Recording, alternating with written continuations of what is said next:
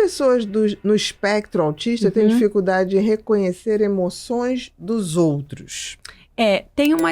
Isso sim, isso existe, isso é muito real, muito presente, né? Dentro do espectro todo, com mais ou menos. Menos, exatamente. Então, assim, olhar e não saber interpretar. Porque nós que somos neurotípicos, a gente consegue socialmente, né? Ter uma ideia do que você...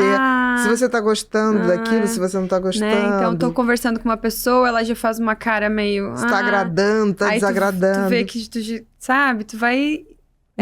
vai palpeando, né? Vai tateando ali e vai encontrando essas mudanças microfaciais, né? Muito rápidas. E que a gente tem essa facilidade de identificar.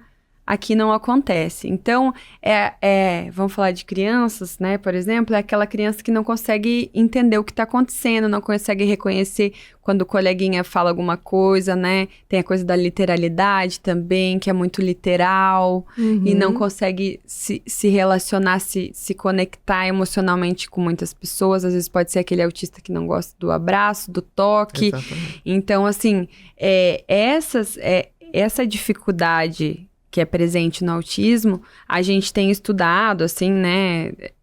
O autismo, como a gente falou, é um espectro. Então, assim, o que a gente encontra nos diferentes níveis é muito variável, mas pode ter relação com os neurônios espelho. Exatamente. Nós temos um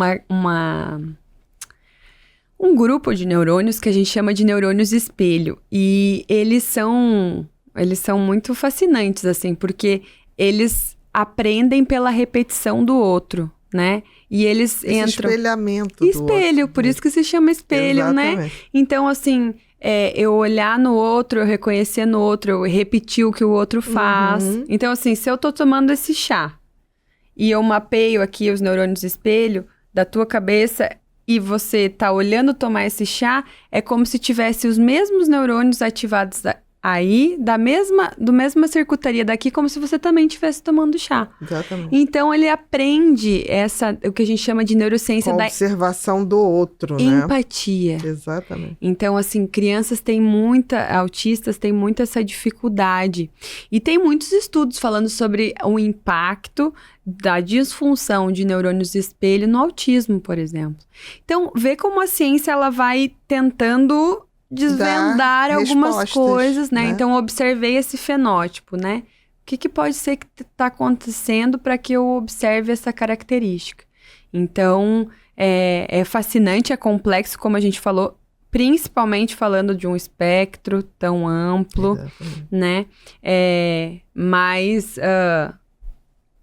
essa dificuldade existe, ela é real. E os estudos que apontam para E que você faz dentro do processo, principalmente o ABA, e ensinando esse reconhecimento, né?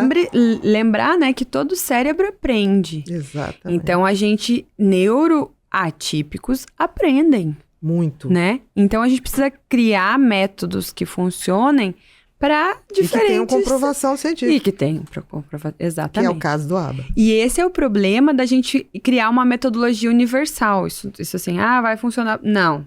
Então, assim, toda a metodologia, ela é aplicada e para alguns funciona e alguns não.